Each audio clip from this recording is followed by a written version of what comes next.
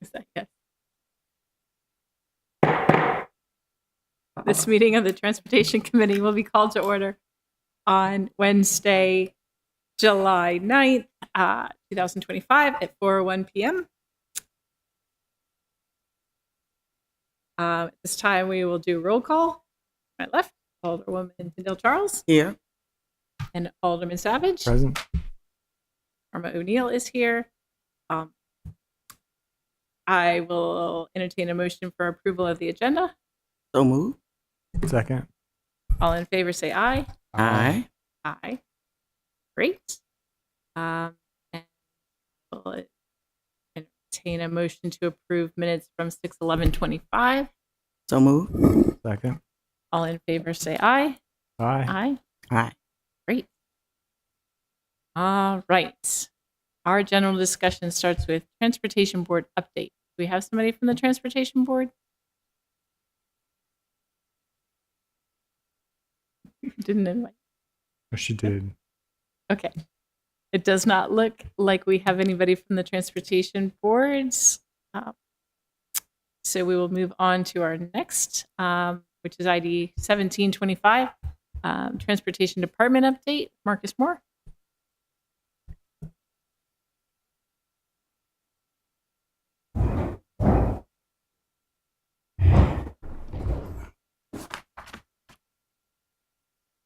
Welcome.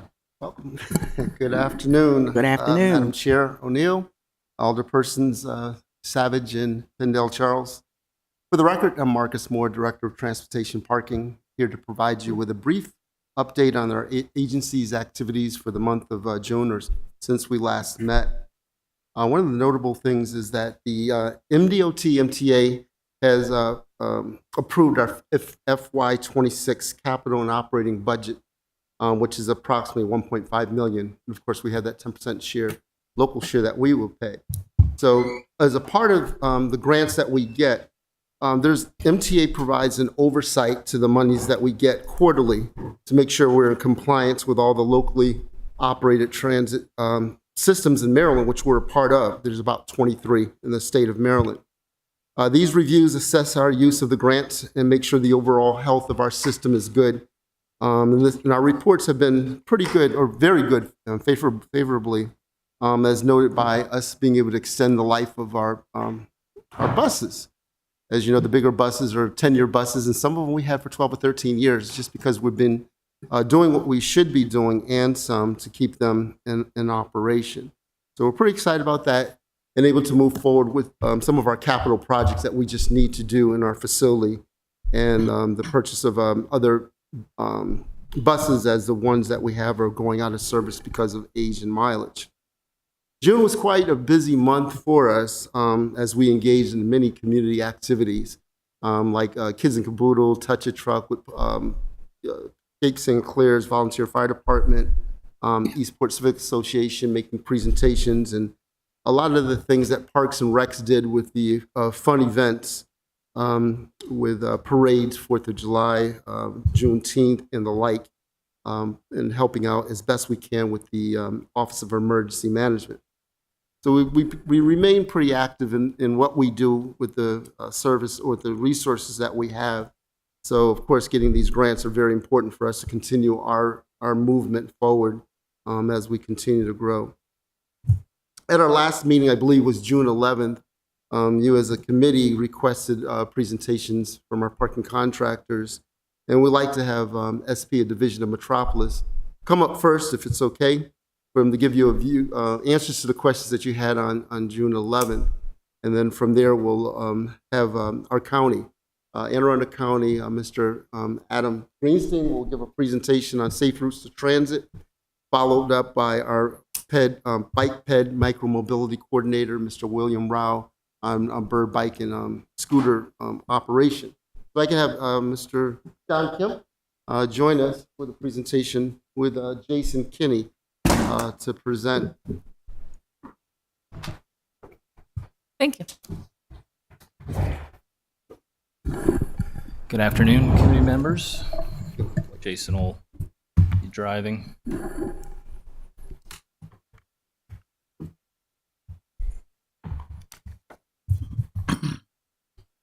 Good afternoon.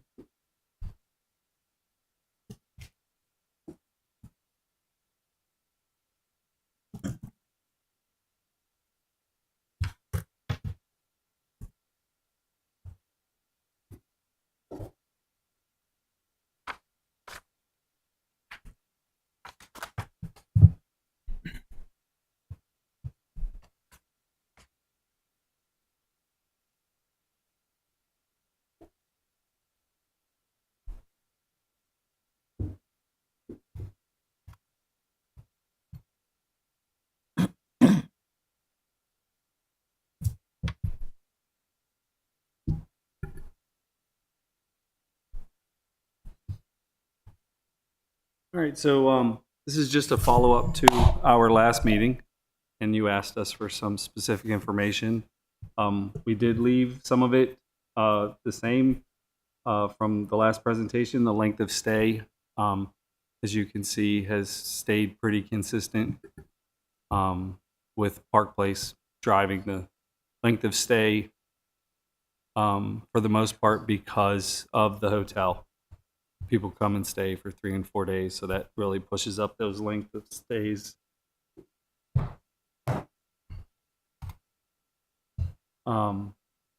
Alderman Savage, you asked for, you wanted to know how many people leave the garage without paying. So we have here for you, by the last 3 months, as you can see, we've significantly controlled and dropped those numbers. But there are several factors that also that play into these numbers.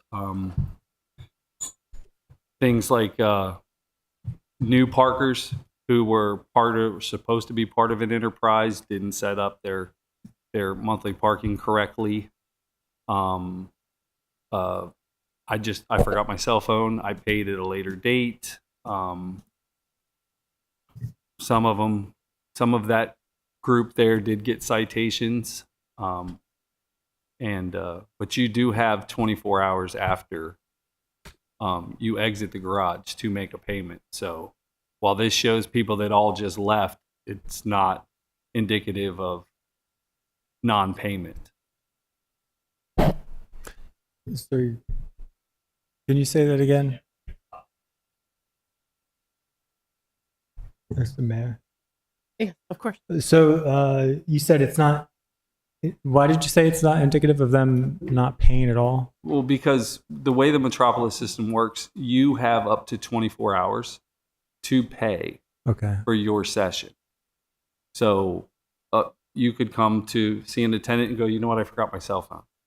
I don't have my phone. They'll hand you a card, just scan that when you get home, and you can pay for the session that you left Okay. unpaid. But this number counts that person.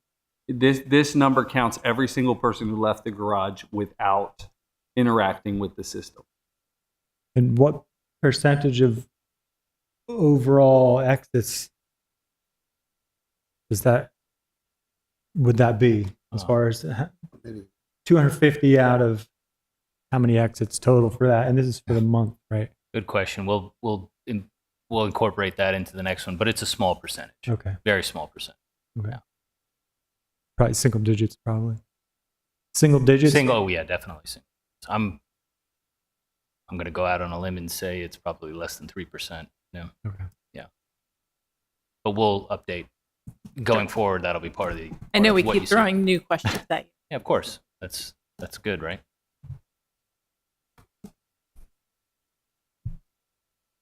And you also asked for residential validation uses and how many hours were given away for free by the validation. So these are the uses by month and by location. And every validation's 2 hours.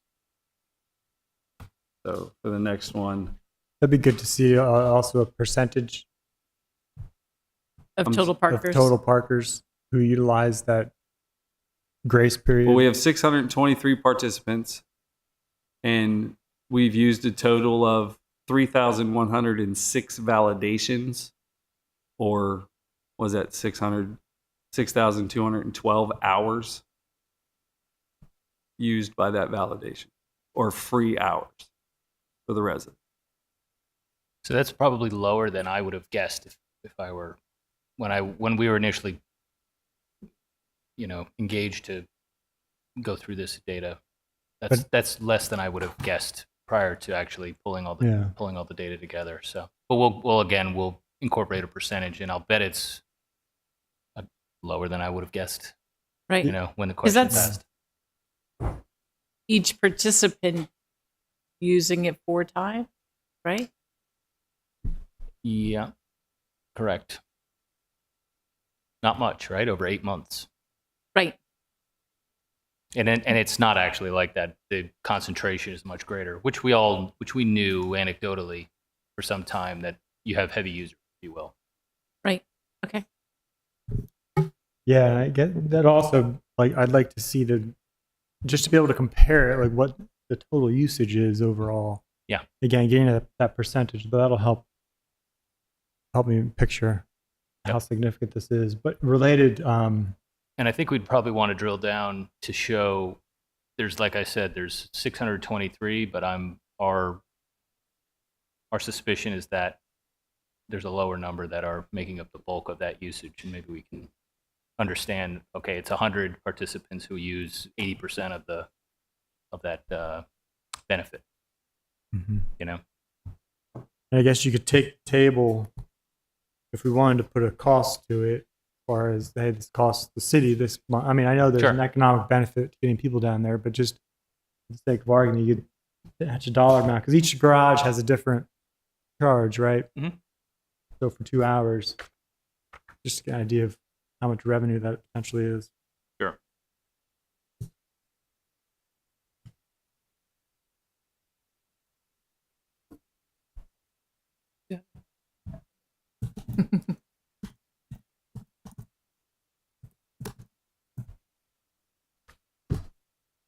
Can you go back to that slide that you were just at a second? Jason, thank you. So a bed and breakfast is able to purchase validations, as we talked about last, Yes. and give those to their, yes.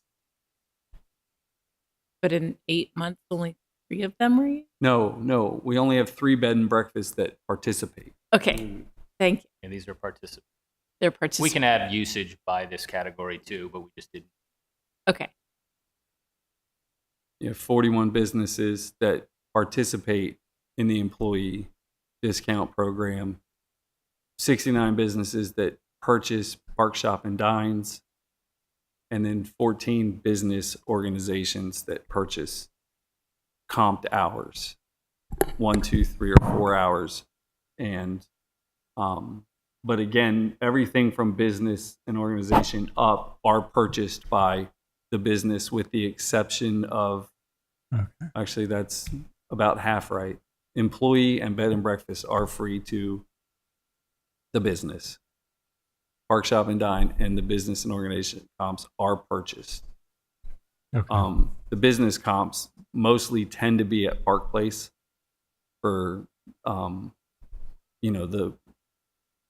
Merrill Lynch's and so on, that will comp 1, 2, 3, but they pay full rate, I believe.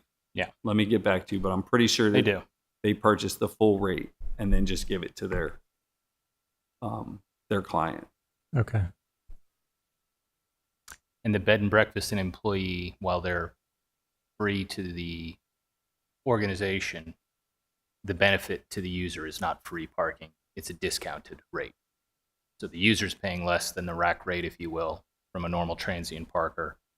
But acquiring those by the organization, whether it's a bed and breakfast or a business that wants to provide that for their employees, they don't actually pay. Their guest pays a lower rate.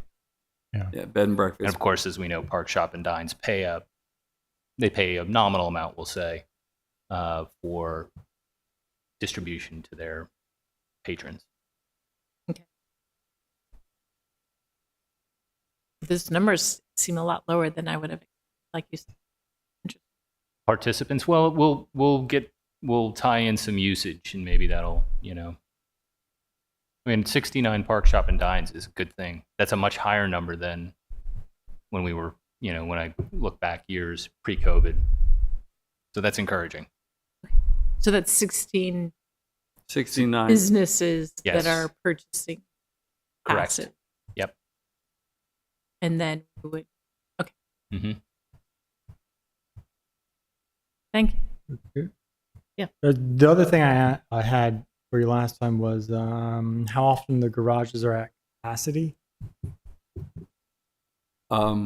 Since session ended, with the exception of 4th of July evening, we haven't been at capacity. Okay. I'm guessing GOTS is probably the first to has the most usage. To fill, yes. Yeah. And then we push all the overflow to Knighton and then down to Park Place. Okay. But Great. Well, great information. Thank you. Yes, thank you so much.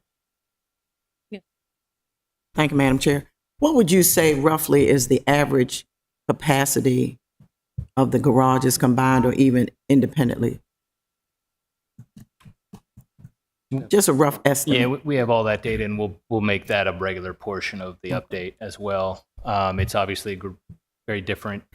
It's a tale of two cities, as I've always said here.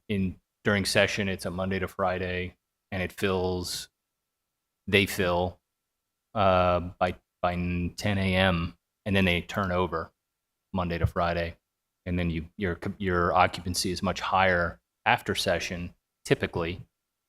Thursday evening, later on Thursdays, some Thursdays I should say, but Fridays and Saturdays. two for dinner under the stars. I would, it's been a bit since we operated Hillman, but I'd be willing to stake quite a bit on the fact that that's the trend there as well. Thank you. But we'll get at hard numbers and we'll include them, Okay. In the next time we're together, Okay. or we'll follow up with an email. Great. Share that. Yep. Thank you so much. Yeah, if you wouldn't mind, due to the fact that we're not having an August meeting, Sure.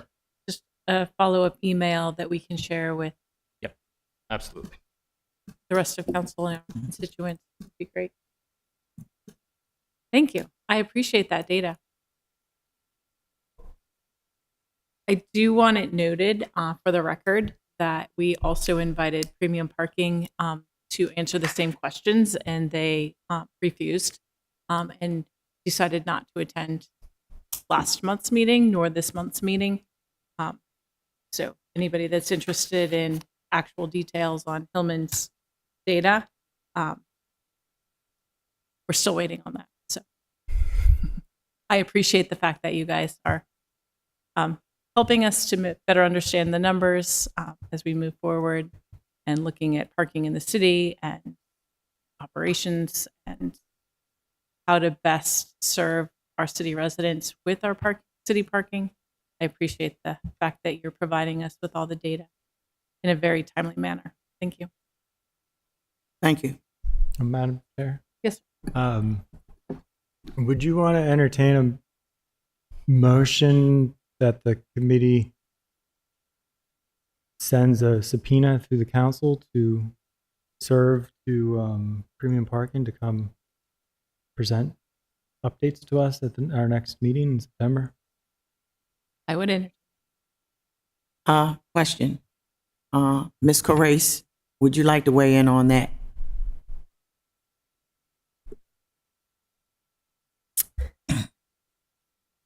I can look into that and see if they would be bound to come. I know the issue is that the contract is through Medco, so Medco has the authority to make Premium appear. But I can look into it and circle back with you guys about that subpoena option. Thank you. I think it's important to note that if they want to really be a good partner with the city, then we need to have data. And we've been asking for it for a long, long time, and we keep getting stalled.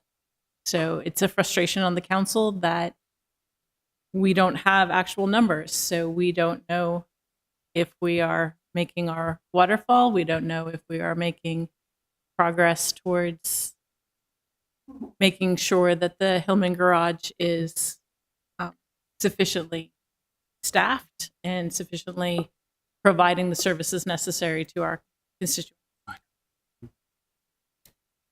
Madam Chair, so considering our tight timeline, I'd suggest maybe that the committee entertain the motion to get some advice from the law office on this, because I think if we want to do this, we should probably get it introduced ASAP and approved by the council so that we can actually get them to attend in our September meeting.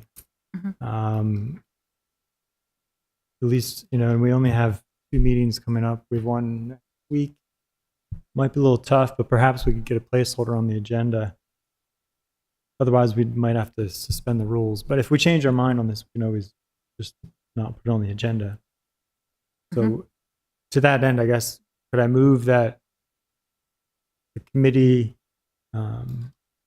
ask for a subpoena resolution, whatever it's called, to be drafted by the law office and to be, I guess, given to the chair to review so we can determine if she wants to move forward or not with the whole council. And the subpoena would be to Provide this data. Yeah, I don't exactly know how to word it, but it would be to compel Premium to attend and provide information that the committee provide an update to the committee on the Hillman parking garage performance and other standards that we've requested. Okay. I think it would also be useful if there's specific questions and information that you want to provide that to the Office of Law so we can include that. So we can, and do you want them to appear or do you just want the information, or do you have a preference?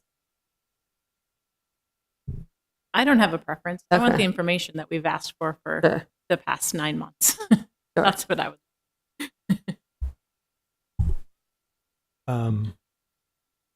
Yeah, We Can can you forward make- to you the request that we had sent originally to both Premium and SP Plus that created the presentation that SP Plus / Metropolis just gave to us, along with the data that they provided in June. But I can forward that. That information was requested in early May.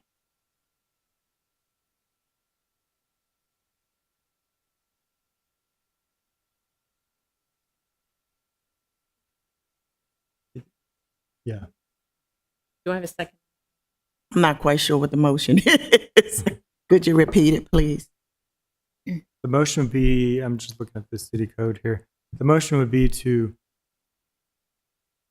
summon, task the law office to draft up a resolution to summon or we can summon the persons or says we can summon the persons or compel the testimony and the production of documents on such matters that relate to the Hillman Parking Garage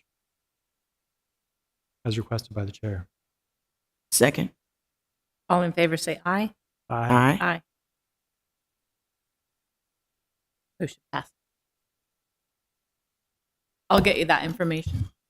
And that's just in case you don't have it handy. It's section 10 of Article 4 of the Charter. Talks about our judicial powers. Thank you. Is there anything else that you want? Thank you. Appreciate you. Thank you. Thank you. Next up on our agenda is the presentation on the safe routes to transit.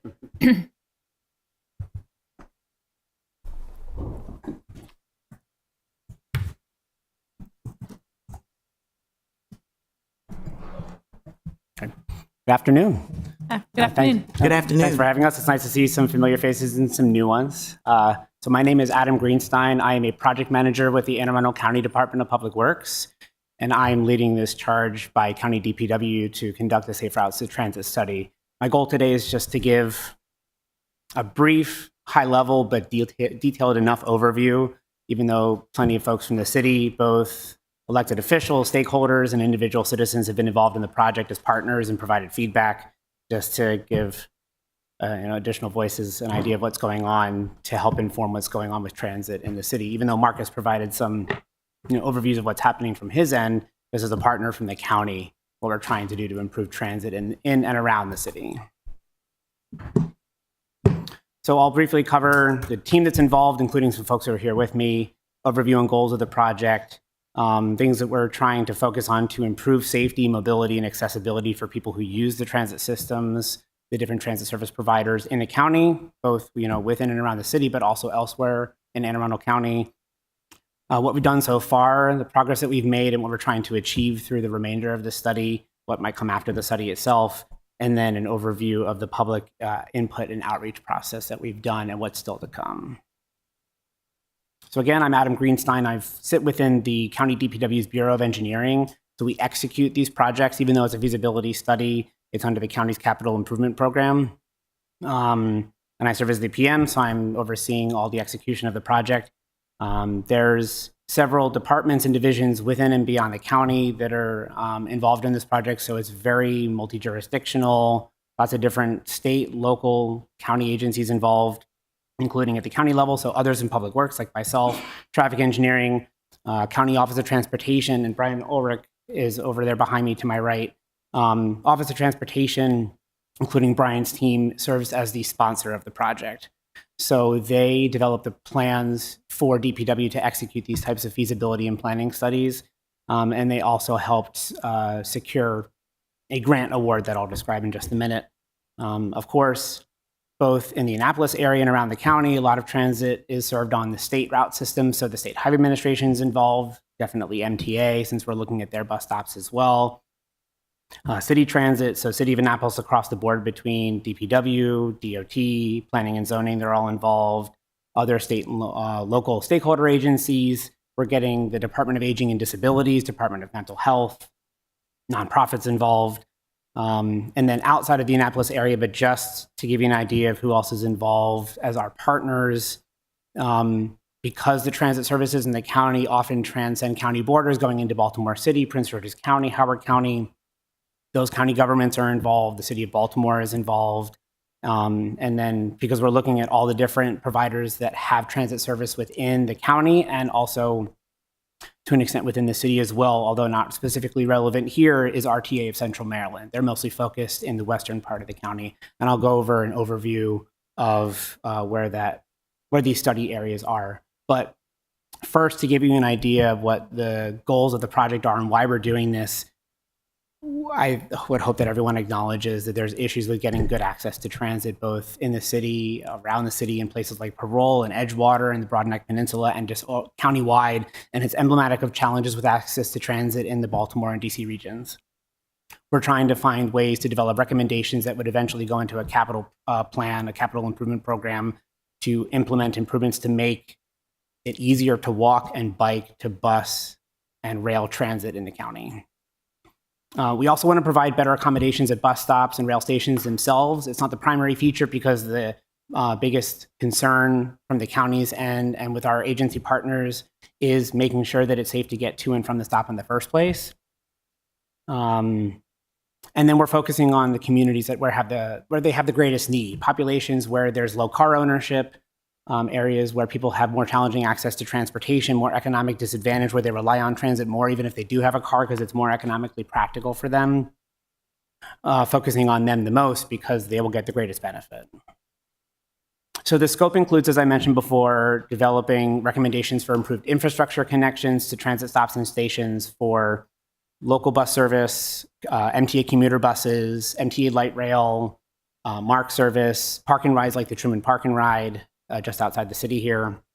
And we're also going to prioritize those recommendations. There are upwards of 550 bus stops in the county. 180 of those are in the Annapolis study area, which I'll show in a map in a minute. But we can't do everything all at once. We need to figure out which stops need the most improvement first. Granted, that's not necessarily the lowest cost. But if we can get a capital project started early, we can meet the needs of those communities as early as possible and then try to get to all of those. We'll have a whole single list of every bus stop in the 3 study areas that we identified, prioritized, and just try to address them one by one as best we can, hopefully also getting some financial support from the city and adjacent jurisdictions and also the state DOT. The number one goal really is making sure that this is community supported. We could come up with a whole bunch of infrastructure recommendations, and people in different communities within the city and around the county might completely disagree, have different ideas to share.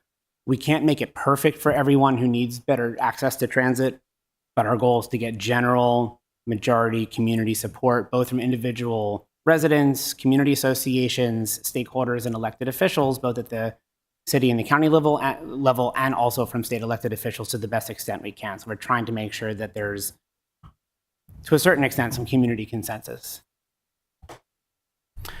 So this project is partially funded by a grant from the Federal Highway Administration called Safe Streets and Roads for All, which you may be familiar with.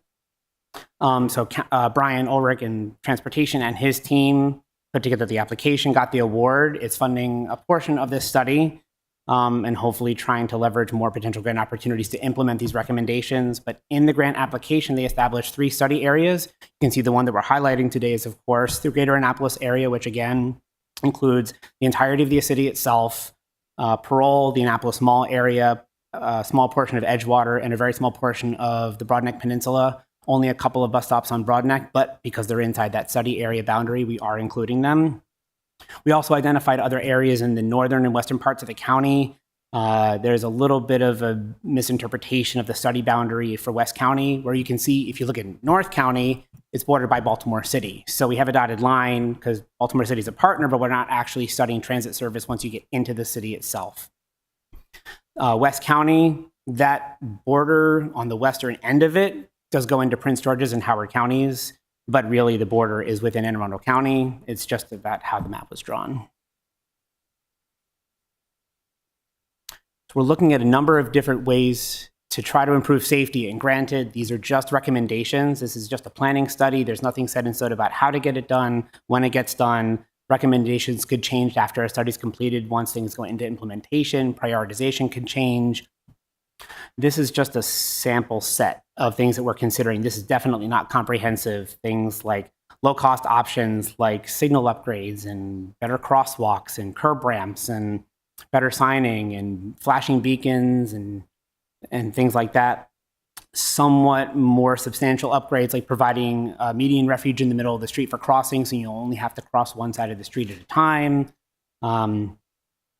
Upgrades for curb ramps, whether it's to meet compliance with the Americans with Disabilities Act or just to make them better quality, easier to see, easier to notice for the portions of the population in and around the city who need it.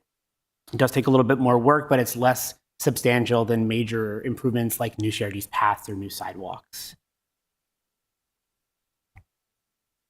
And as I mentioned before, we're looking to make the experience better at the bus stop. Some aspects actually do make the waiting experience or the user experience safer. Most of them are focused on more comfort, but it encourages, paired with better infrastructure, increased transit use in the city and the surrounding communities, such as better landing pads when you get on and off the bus. Can you easily get to and from a sidewalk or a path, or is it just a grassy area? Not ideal. Possibly relocating stops mostly closer to intersections or designated crossings. So, for example, looking at some of the bus stops on Forest Drive, can we relocate them closer to a signalized intersection so someone gets off the bus, walks to the signal, and uses the signalized crossing is much safer than other locations, or they might be discouraged from doing so and crossing mid-block, just dodging traffic, which we certainly don't want people to do. Things like benches, bicycle racks to encourage people to walk or bike if they choose to. Lighting from a visibility perspective for traffic makes it safer, but also might give more of a sense of comfort from a public safety perspective for transit users as well.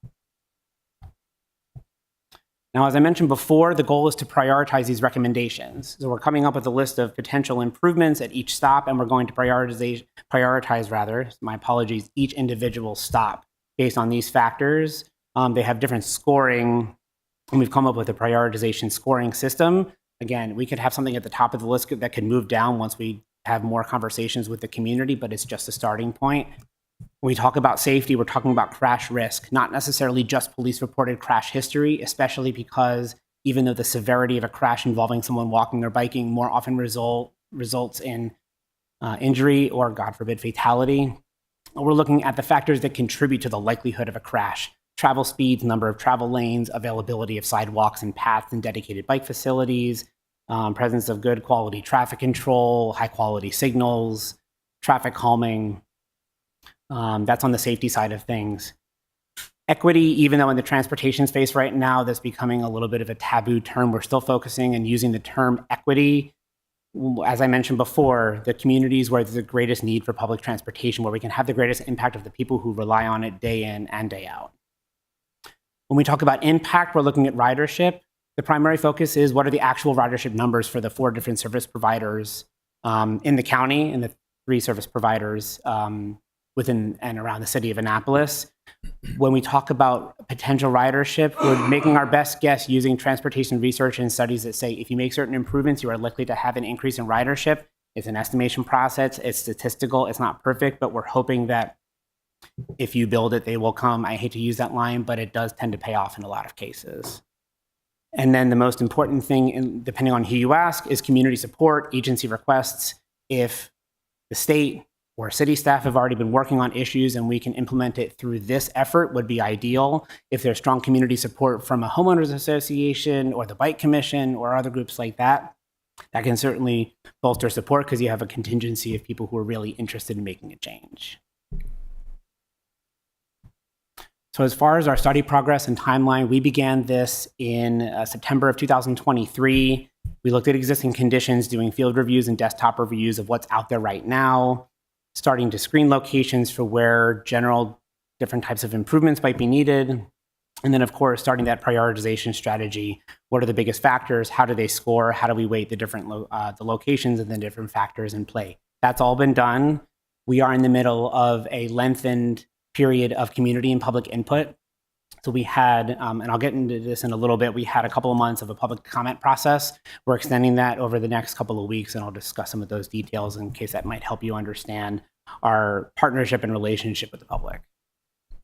Once we finish that within the next couple of months, we're going to refine our prioritization because that's going to include input from the public, refine our recommended improvements. It's going to be a really long matrix that has everything listed in a scoring for priority, and we're going to break it down into things that are short term that you can do through an operations and maintenance budget, like refreshing your pavement markings, providing better traffic signs, upgrading or fixing broken traffic signals or improving lighting. Midterm, which could be minor geometric improvements like providing a better quality curb ramp for ADA accessibility, and long term, a big capital project like a new sidewalk. Once the assessment is done, we have everything prioritized. We're going to determine what different programs at the local, county, and state level we can utilize to get this stuff implemented and where the funding is going to come from. Between capital improvement program dollars, we're going to go after as many grants as we can, community support, wherever it can come from. And then our current goal, pending some additional federal approvals, would be to finish the study, which would be a final action plan is what they're calling it in the federal grant, would be a little over a year from now. One big part of this, as you already know, is public and community input. So what we did is about a year and a half into the study, after we got a lot of data together, is we met with stakeholders, community leaders, and a defined list of contacts, including police, public schools, elected officials, homeowners groups, advocacy groups, special interests. And we had virtual meetings with them, one for each of the 3 study areas. Ended up having anywhere between 10 and 30 representatives from each of those groups just to get the ball rolling so they could share information with the general public and their constituents and their neighbors and friends and family on getting some interest in it. It's hard for these types of studies to get public input because they have a hard time, and I sometimes deal with this myself in my community, latching onto something that's so big picture vision. You don't know when things are actually going to change in your community, when something's going to get built. So we're trying to find different ways to engage with the people who represent the general public to get more interest and get more feedback, because the more public comments we get, the better this works out. From there, we held an open public comment period for almost 3 months. It included information on our county project webpage. And so we opened it to public comments. We sent out flyers and mailers and social media posts saying, go to the website. You can look at an interactive map and pinpoint a specific issue, put in a comment. You can tell us who you are. That was optional. You could fill out a survey, and we provided that in English and Spanish to be hopefully more accessible to more people in the county, and especially for the Spanish-speaking community in and around the city here as well. And within that period, we held 3 in-person public meetings, 1 for each study area. It included a brief presentation with some slides kind of like this, but a little bit more in depth, plus an open house, boards, and opportunities for people to meet with us one-on-one, where we really get that personal value out of making that connection with people, and they can really explain what the issue is and if we can try to address it.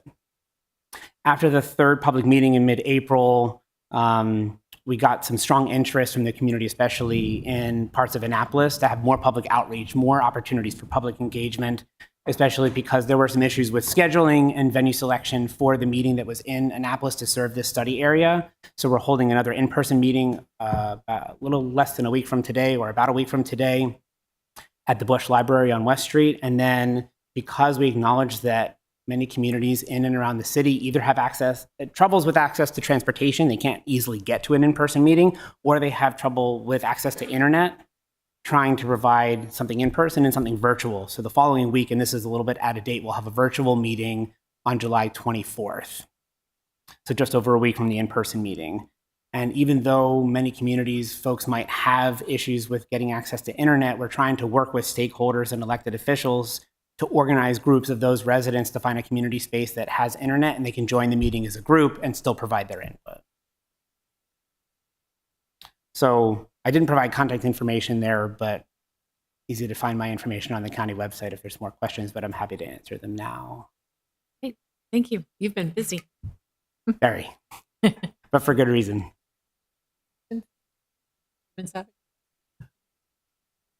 No question. Thank you, Madam Chair. So thank you for joining us. I know unfortunately, I haven't been able to make any of the meetings, but they've certainly been on my radar, and I've been trying to send them out to constituents. I am curious, just first of all, like, why is this being led by Public Works as opposed to the County Department of Transportation?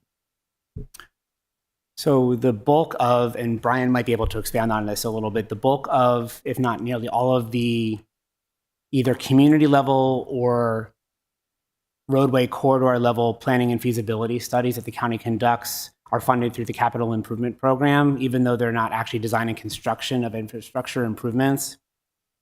So the Office of Transportation will develop a plan to get the projects into the CIP, and DPW is responsible for executing them. So it's pretty typical. There are certain things at the planning level that Office of Transportation does, but it's more master planning.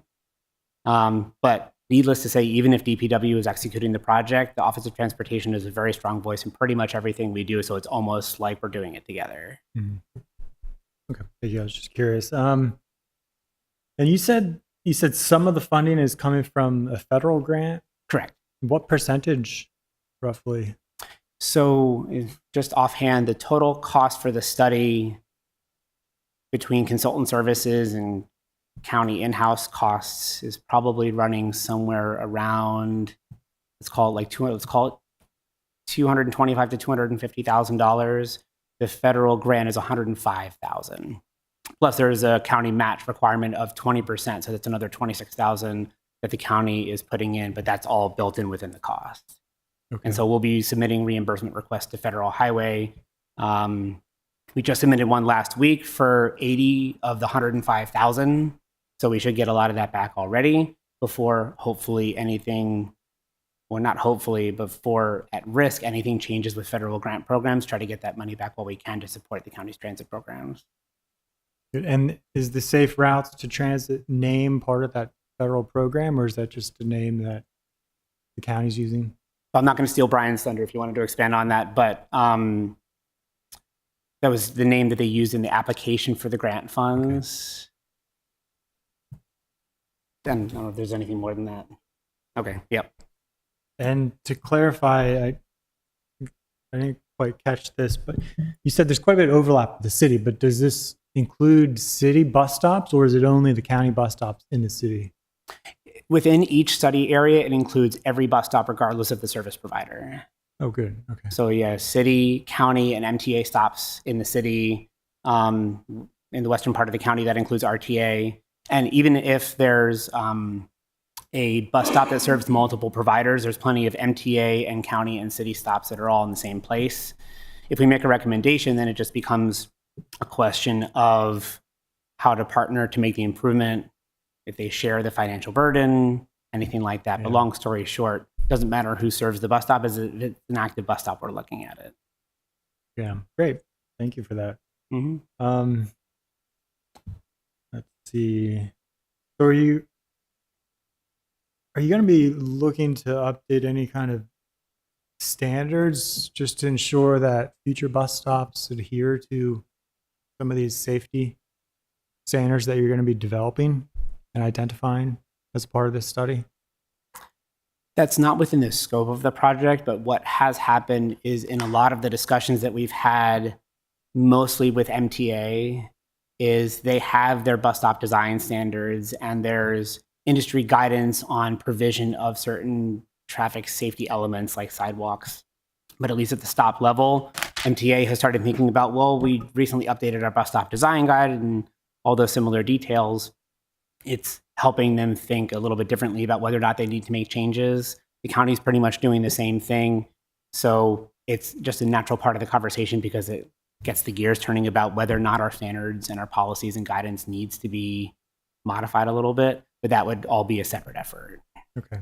That'll be a question for our director at some point if we are updating our standards for our bus stops. So what distance or radius from the stops are you looking at as far as safe routes and improvements? Are you looking, sounds like you're looking at both ADA and cycling, but is it 500 feet, 1,000 feet from a bus stop? How far out are you looking? Because the point I'm getting at is I know even if we improve right at I've seen some communities where they, just as an example, they'll put in a crosswalk, but there's nothing at the end of the crosswalk, right? And I'd hate to see these bus stops just be on an island. So what's the scope of that you're looking at? Most of it is on a case-by-case basis, but if there's any gray area, we at a minimum are doing to the nearest intersection. In the more urban areas where there's more closely spaced intersections and higher volumes, we'll look to the nearest signalized intersection, but it really depends on the circumstances of the stop. In some cases, because we have a pretty good idea of why the bus stop was placed where it is, we'll look at connections to adjacent communities and see if we can at least include in the recommendation some improvements for better access within a community or to a local business. And part of that's also coming from public input. And we've got gotten some comments from individual residents and business owners and tenants about, please make sure to cover a certain distance because I know that people would like to use transit to get to my shop or my restaurant or to go to work, wherever they're coming from. But it's not being done uniformly around every bus stop. Okay. All right. Oh, and before I forget, I did have a specific request. And so Bay Ridge Gardens in the city, it's a community near the intersection of Forest Drive and Bay Ridge Avenue. Mm-hmm. They currently do have a bus stop. However, it does have a lot of issues. I just want to basically put your attention on that. We've recently had a shooting in that community, and I was recently reached out to about ensuring that the sidewalks and bus stops and everything are safe for people because they have to walk or take the bus a little further because part of the community is getting gated off. And so, I just want to make sure that's in your mind as you Absolutely. Look at this study. It sounds like you're familiar with generally what I'm talking about. The intersection in general, yes. I wasn't sure if you were talking about any specific bus stop at the intersection because we acknowledge that there's a couple on Forest Drive in front of the gas station and the layout of the sidewalk there is not ideal. And so between this effort and the county trying to get the gears turning on improvements along Forest Drive through other capital improvement program funds, we're trying to pair those together. Some limited funds handicapped us on how much we could get right now, but we're trying to put a plan in place to do more at that intersection. We had to scale back a little bit, but I think this project is going to push that a little bit more. It's just a matter of when it gets done. Primarily in front of the gas station because we know there's that sidewalk gap and there's a stop nearby and then a stop around the corner and just trying to see if we can make that all work a little bit better. Mm-hmm. the Forest Drive corridor, between the safety study the county recently completed and this study, has become more of a priority than it already was.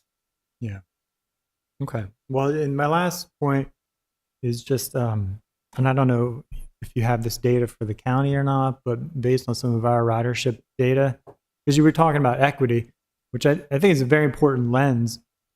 But on the other hand, I really think it's already implied in transit. And what we're finding from our rider surveys is that the vast majority, I'm talking 80% of the people who use it don't have a car. Or have one car. That last 20% of those who have one car Right. or less, right? So it's already the people who need it. I don't know how much extra effort needs to get done. It's just that's a part of transit, and I think it does beg the question of, which I think is a bigger but separate question, as far as how do we make transit serve not just those who need it, but to get more users out of their cars and into the transit vehicles. But I think getting safer bus stops will help increase ridership for sure. But in any case, thank you so much for your work on this and including the city. Absolutely. And look forward to hearing hopefully future updates. Absolutely. Looking forward to it. Great. Thank you, Madam Chair. Has there been, and this might be a combined question for Director Moore as well, for this meeting at the Bush Library, has there been any outreach, and I'm going to follow up kind of on Alderman Savage, as far as finding out for people who don't have transportation, can they get to the Bush Library? Has there been any outreach to those residents to get to the meeting itself? From the county end, sorry, Okay, didn't mean to interrupt.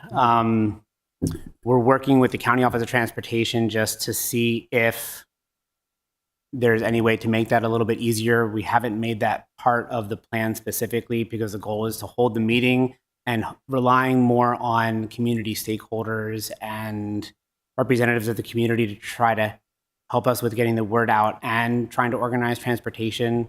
But unfortunately, it hasn't been a major piece of it. But that was part of the reason the virtual meeting was planned.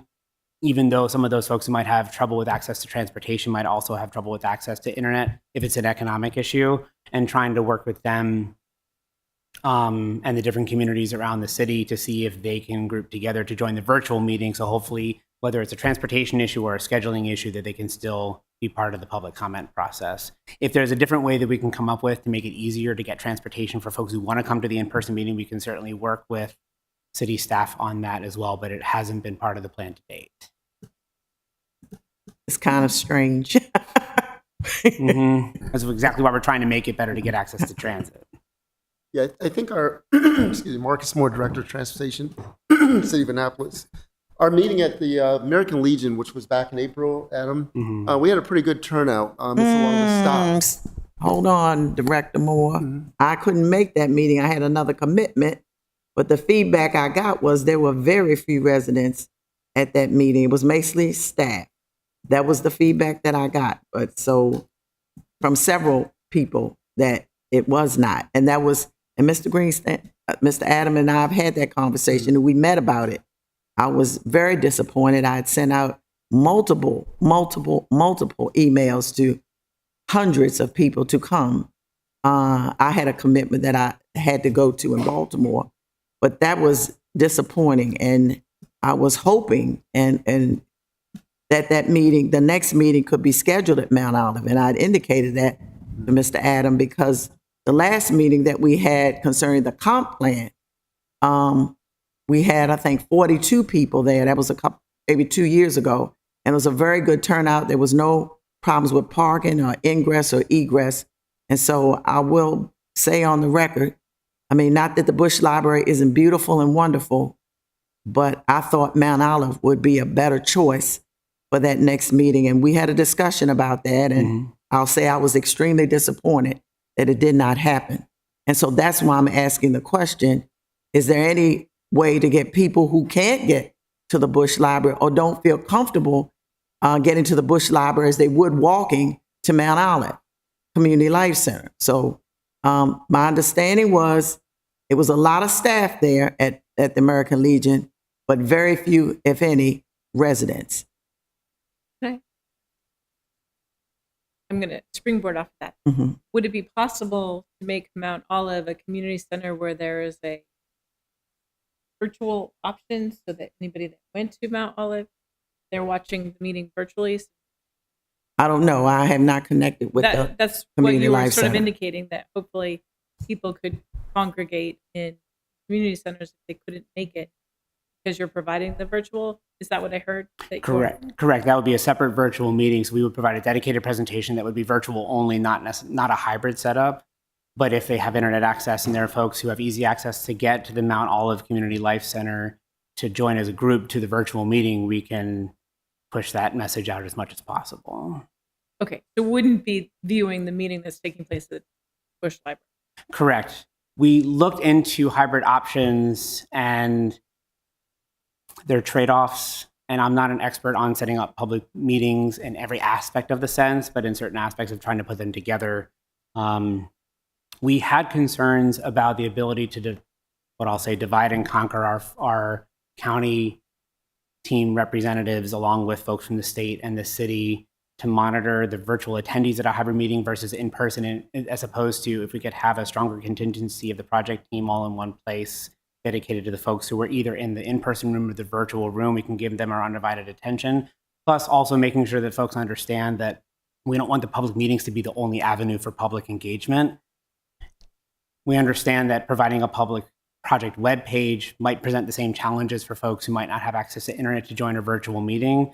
Providing as many different ways that folks can reach out to us by phone and email and interactive maps and surveys to provide feedback at any time, even though there was so-called an official open public comment period that had an end date, we still would always accept public comments and questions. We just consider it a little bit differently. But anytime through the study, if we get a comment on something, we will definitely try to incorporate it into how it informs our decision-making process. I know that's a little bit more broad and a little bit off the rails from what you were asking about before, but that's the general goal. because that section of parole is highly concentrated with Spanish-speaking residents. Right. I appreciate the feedback. We'll push the word out more to try to find ways to make it easier to get to the library if there's any way we can do that, and also make it easier to join the meeting virtually from wherever anyone would choose to or would desire to do that. Thank you. No more. Thank you so much for your presentation. Thank you. Sounds like a lot of work's been put into it. Thank you.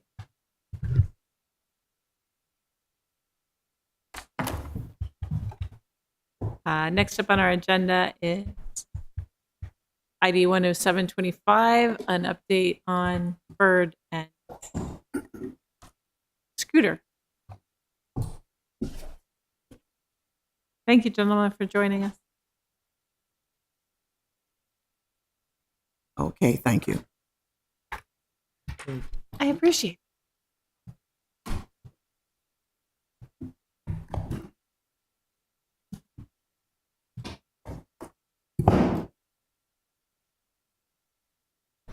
I already started off wrong, sorry.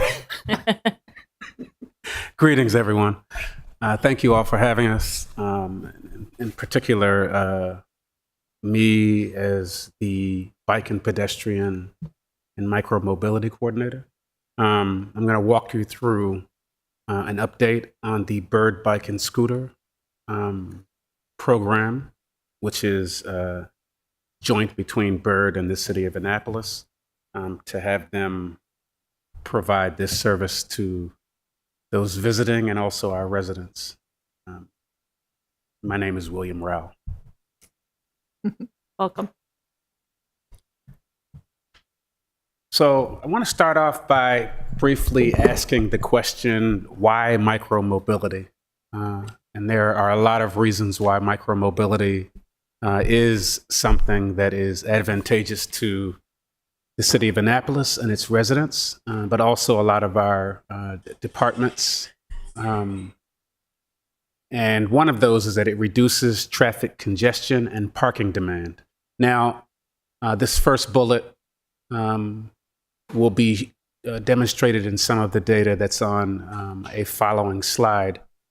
But so just put that in your back pocket. The second one is it supports climate and sustainability goals. I think obviously reducing our footprint.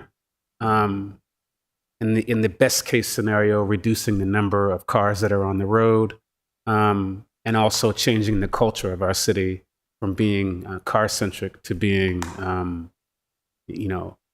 a city where you can use alternate modes of transportation, including walking. Next, it expands access to transportation options.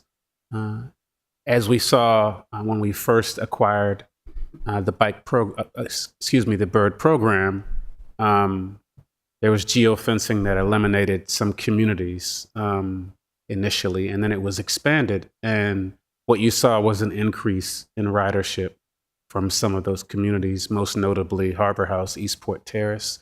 And it provides an opportunity for people who are in the workforce in the downtown area to quickly hop on a Bird bike or scooter and shoot downtown or shoot to West Street. And I've seen it with my own eyes.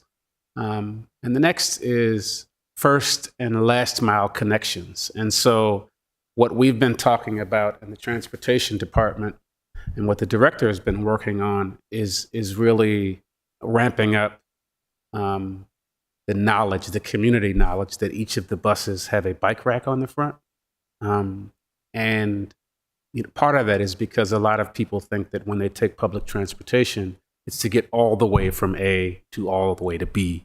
And the truth of the matter is, you do have an opportunity to maybe ride your bike for a quarter of the way and then go to a bus line, take the bus, and then take your bike off the bus and ride the rest of the way. And so one thing about the scooters is it does provide an opportunity for people to maybe not take a whole trip on the scooter, but maybe walk a ways, find a scooter, get on one, and then walk some ways, which is really helpful.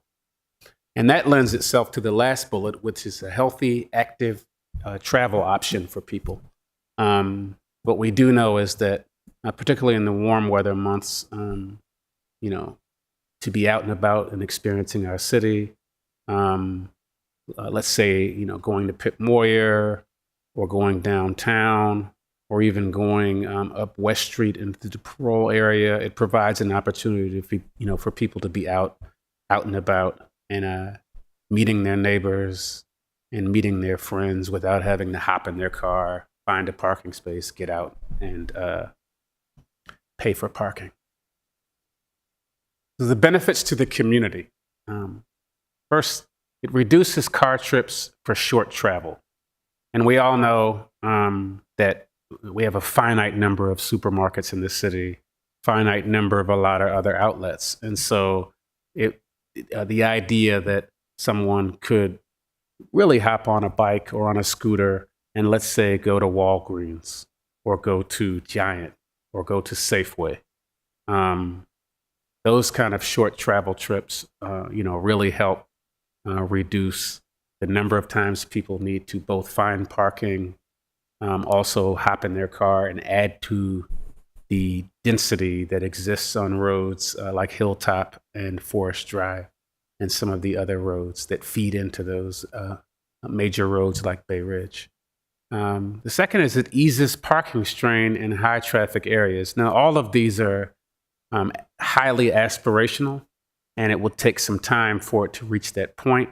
Most notably when we're able to increase the number of bikes and scooters that we have. But also the idea is that the more we build out our trail and multi-use systems, we're able to provide a clear pathway for people to hop on scooters and hop on bikes and not feel that they're being kind of an added piece to traffic in terms of safety. Next, it enhances mobility for residents without cars, which is a huge thing. I was just referencing the previous conversation, which we've been involved in terms of safe routes, because it provides an opportunity for people that simply don't have the means to purchase a car. In some neighborhoods where parking is, and this is no pun intended, but parking is a premium. It it provides an opportunity for people to have other options. And lastly, it supports local businesses by improving access, which we know because, again, the dream is once downtown is up and running again, and it's been fully revitalized. There will be green space and opportunities for families and people to hop on scooters and hop on bikes, and safe ways for them to get around to support those businesses downtown, along West Street, and along other corridors. So I just want to give you very quickly some of our usage spike dates. And this is important because I know myself, I made a lot of assumptions about which days there would be more people on scooters, simply because a lot of our use comes from tourists, to be honest. And so it's something exciting for people to do when they come to town to rent a scooter or a bike. So June 30th, we had 278 rides, and that's been our spike since April. That's been kind of the largest spike. Why June 30th? I went through my calendar when I was looking at the dashboard, and I tried to correlate if there were any big events, and I couldn't find. But it's very interesting that it's June 30th and not, let's say, Commencement Day or something like that. April 26th, we had 257 rides. June 14th, 240. And you'll see as you go down, 234 and 231. We did have, I do have some data, as we'll see as we move forward in the presentation, that'll show you some other numbers that are a lot more recent. So we currently have 150 in circulation in the city. This is hopefully going to be increased.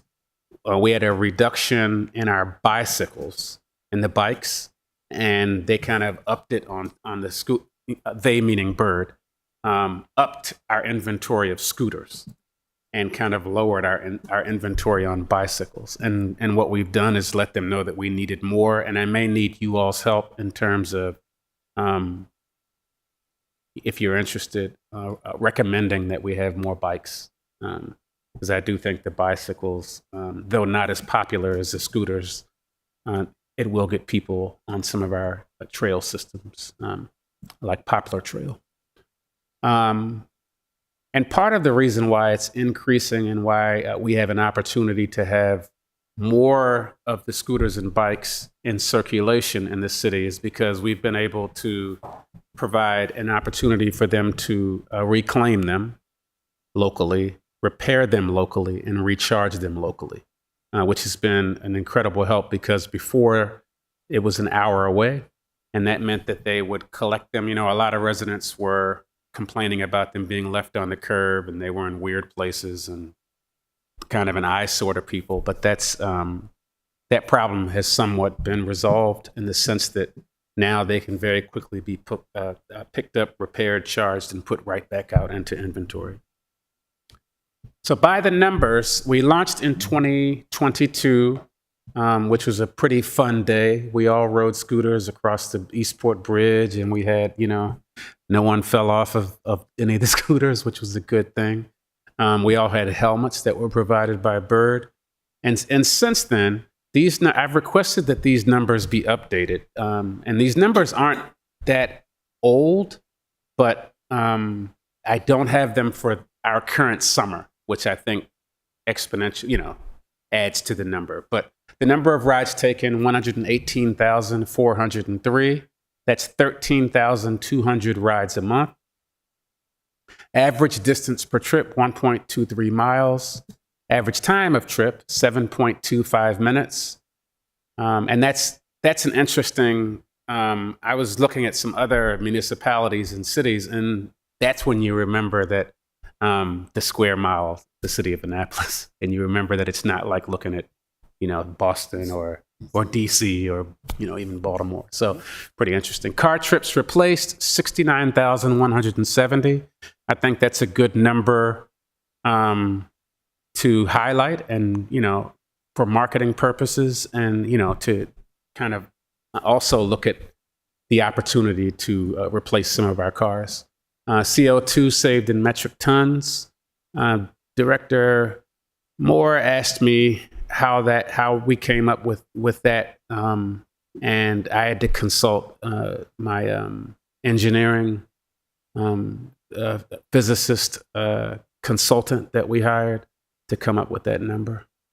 That was a joke. It came from Bird, and they actually have a system that they use to determine that in some of the larger cities, because it helps them, cut down on that carbon footprint. Total ride distance 153,711 miles, and unique users in Annapolis 19,707. So this is, I know you all don't have an opportunity to really be able to see those numbers because they're so far away. But you do have a copy, thank you. And I will forward each of you a way if you're interested in looking at the dashboard yourself, because it is updated often. And it shows you that, let's say, you can look on this and find that the 4th of July, we had 201 total rides. So it kind of helps you understand what some of the ridership is and some of the numbers. It gives you average distance and some other information on there to help assess the ridership. But that's just an example of what the dashboard looks like. And what I did is I made it for a month. But you can do it for you can do it for years and days. So this next map is a heat map that's showing where riders start. And I thought this was appropriate for you all because it helps really understand some of those areas where there's just a density of users. And you see a lot in the lower part of Eastport. You see a lot in the downtown area. But then you also notice that it's going out in the West Street area, and in some offshoot neighborhoods that are not necessarily in the downtown corridor. And so I thought it was also interesting in looking at the fact that it goes out by Georgetown East and towards Giant, because there's a lot of talk in really looking at transportation and that corridor and how we're able to make it less congested and more safe for pedestrians and cyclists. And so it's something to really look at as well, to see that people are using them out in that area as well. And so that's the end of the slide presentation. Are there any questions? I have. Sorry. Thank you very much. That's great information. Do we have a sense on age range of users? Are we able to track that at all? I do not think that we are able to track it. I do know that in order to use them, you have to have a way to pay. And initially, they thought we thought that it would prohibit younger users from riding them, but somehow young people are able to access them. So that's a really good question. I can check on that for sure. And it would be useful to know that information. The only thing I can think is they would get it from maybe when people sign up. If there's something that has it like a birth date or something on it. So I'll check on that. Right. And I think it's because they can use cash. Yeah, I know. It's like all kinds That's probably, of ways that right? You don't have to have a credit card. You just use your cell phone. Right. I just learned about Cash App and how it works. I'm like, wow. Anyway, I'd be interested to see that. And I know that when Bird first came out, there was a lot of talk at the Navy Stadium that they actually wanted the stadium as a no-fly zone, especially on game days. And are we still working on those types of policies and okay. Yes, we have compiled a list, and in my regular conversations with them, it's those hot spots and areas that we know that we could really use those modes of transportation, but also the idea, like you see in some other cities, of having kind of not necessarily docking stations, but clearly delineated areas where there will be scooters and bikes, whether it's what Bird usually does is they'll paint a spot in their blue color and then have like an icon or something on it. But then, people that are, let's say, going to a soccer match, they know that they can pick up one in that particular spot. So yes. Right. And I think that would be a great opportunity for us to kind of look at one of the biggest complaints about them that I've heard is that they're just scattered everywhere. Yeah. And Yes. Often, for whatever reason, they're like at the exit on Cedar Park and Farragut from the stadium. I'm guessing because maybe it doesn't work on the stadium path, and so they just abandon them there. Mm-hmm. But that's one of the biggest complaints that I've heard about Bird is that because they're scattered everywhere, it's more like urban trash versus if there was a corral, so to speak, even if it's a painted square on the sidewalk, then that hopefully would cause people to sort of put them into the corral. I don't know if you give a bonus, like, or something like that. If you made it into the corral, I don't know how the technology works as far as tracking them, but I'm wondering if you could. Yeah, I'll tell you how it works, and exactly what you said is the dynamic that's at play. So without an area, so let's say a corral, like you're saying, without that area, what happens is it's one person who has the contract to retrieve them, and he drives around in a pickup truck and he picks them up based on where people leave them. And so because there's not an area where he can corral them, what he'll do is he'll just pick them up, take them all back, and then just put them out in various areas, right? And so if there's areas, what you can do is you can say, he could probably say, oh, let me put 5 of them here. Let me park 5 of them, which I think would be helpful so that there's not scatter. Mm-hmm. Because part of it is they leave some of them wherever people leave them, because on the app, if they're charged and ready to go, people can go on the app and they can find the nearest one. So they could be anywhere. But you do find, I don't know if you've seen them in other cities, but like normally there's a couple of them parked together. So that is something we're looking into, along with the geofencing for areas like the stadium.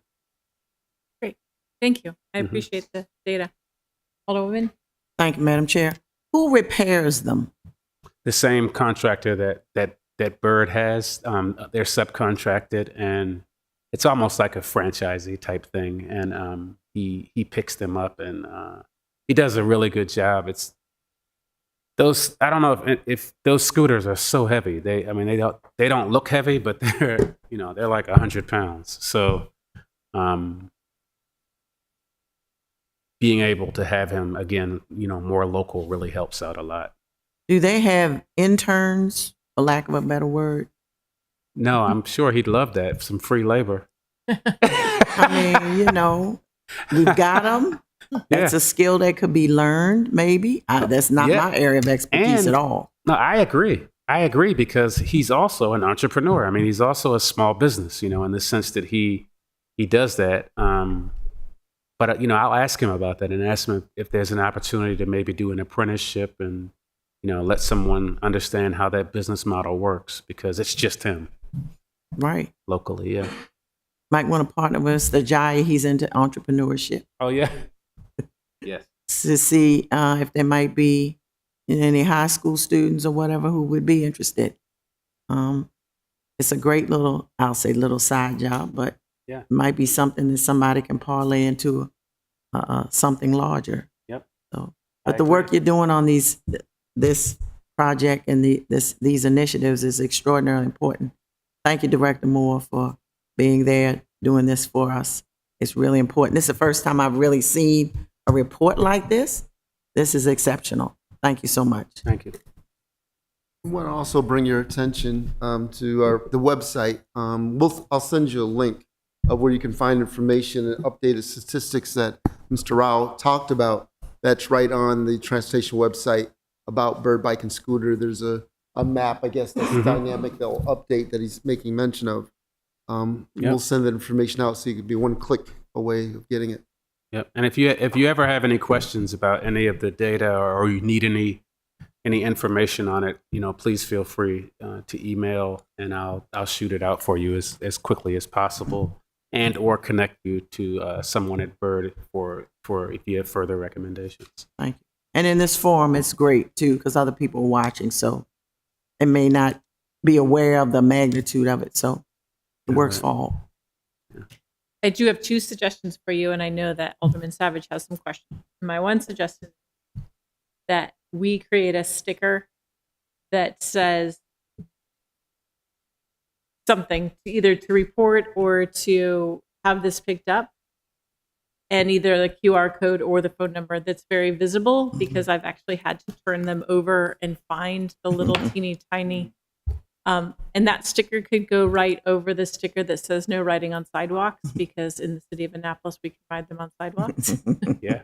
So just say, it would be nice if it were very, very easy for people to report, like, pick this up, it's been here for 3 days, or whatever the case may be, without having to search for it, because most people are just going to walk by if they have to do more than just glance at it. Okay. So do you mean a sticker on the actual scooter that's more visible? Okay. More visible. There's a tiny little QR code, and I think in a 3-point font it says report this scooter or to have it picked up or whatever the case may be. Call this number or go to this website. But it's like, Okay. All right. And we can also probably, which we had talked about, is doing some educational information in general around bird bikes and scooters with the city and community. So that'd be great. thank you. Thank you. Alderman Savage? Yeah, just a few things. Thank you. So building off the whole idea of the fenced off area, I think they call them bird nests. Mm-hmm. And I don't really see any on the actual app. Yeah. in We don't have Annapolis. any in the city. We don't have any. So No. is there any way we can get them? Because that's also, it's not the cheapest way to get around. And having those nests gives people an incentive, because I think you can save some money by leaving it in a nest. And I know I mentioned this last time they were here, was a year or so ago. They haven't done anything with it. I Yeah. also mentioned adding signs so people know, otherwise it just looks like a random scooter. But if we have part of the giant shopping center, right, take a couple of their parking spots, they probably won't care. Paint them blue, put up some signs. I think that'd be a good, make it into a nest. Yeah. I'm not sure why they haven't done that. Yeah, I've talked with them about that. To be honest, their contract with the city of Annapolis, I think that they didn't see it as being as competitive as some of the other markets. So they kind of, we initially piloted it, and then it's still kind of viewed as a pilot. So I agree. I think having more signage, two, having more of a footprint in the city, so that people, to your point, they go to the supermarket, they can see and say, oh, I can get a scooter the next time instead of, So I agree with you 100%. I'll have that conversation with them again at our next meeting. And then some of the other notes that we're making, points that you all have made about stickers and geofencing for some particular areas, like near the stadium, and the age of users. So I think that's a good point. Thank you. Yeah, and I imagine they have some promotional material that could get left around, maybe on the buses or at some of these shopping center, like you mentioned. It just seems like they're not really being super proactive with their local, promoting this and whatnot. So how long is their contract for? Can we get Is it going to be coming up soon for renewal? Can we get some things added to the contract? I don't think it comes up for renewal for a couple of years. But we can definitely, there's an opportunity. The truth of the matter is we haven't really required a whole lot of them. It's been on autopilot because again, I think it was a pretty, like a pilot, you know, it was still experimental, and in their mind, they probably feel the exact same way. I do think that we should provide like a more of a roadmap for them of where we want to see, because there are other options, you know, for scooters and micromobility. So that might be a little bit of leverage also, and you know, in that respect. But we've incorporated it into our micromobility plan, and you know, our bike and pedestrian plan as well. That there are micromobility options. So I do think maybe referring to that and kind of bolstering what we actually want from Bird Bike and Scooter. So I'll follow up with that as well. Yeah, because I really just think we also just need more. The Giant, I just checked, like there are no, I've been a couple times when I've wanted to take them downtown, and there just are no scooters at the Giant. Yeah. Which is really the hub for that whole area. Yeah. And again, I think it's just the numbers. But I was going to ask if anybody's reached out to the county, but more I'm thinking about it, it's the roads just really aren't safe enough, unfortunately. Like West Street and Forest Drive, it'd be nice if we could work with the county to put some hubs in Parole, but I think until we get these roads improved, I'm not sure how safe it would be. Yeah, and a lot of people, the point that was made earlier by Alderwoman O'Neill was that technically they're not supposed to be right on the sidewalks, but we all know in the city sometimes you feel the need to ride on the sidewalk because it feels like when you're crossing the Eastport Bridge, you feel a little like, you know, anything could happen. And so I do think that providing safety conversations, kind of the rules of the road to both drivers and people on scooters is going to be very helpful. I wanted to, in lieu of time, I didn't want to take up too much time commenting on things, but we did begin with the marketing and outreach materials. We printed those out for all of our events that we had and had them at our tables. So all of our transportation events, like the EV event at the Annapolis Mall, downtown, our you know, introduction to electric buses. So we've been pushing that out there, but I do think it's a good idea to have some at places like Giant and Safeway and other outreach efforts. So I'll connect with our community engagement stuff and be sure they get that stuff out there as well. Thank you. Thank you. Any other questions? No further questions. Thank you all so much. Thank you Right. all. We appreciate your time and your effort into the report. Thank you. Likewise. Thank you. That concludes our agenda. Is there anything else for the good of the order? No. Take a motion to adjourn. So moved. Oh, second. Second. All in favor, say aye. Aye. Aye.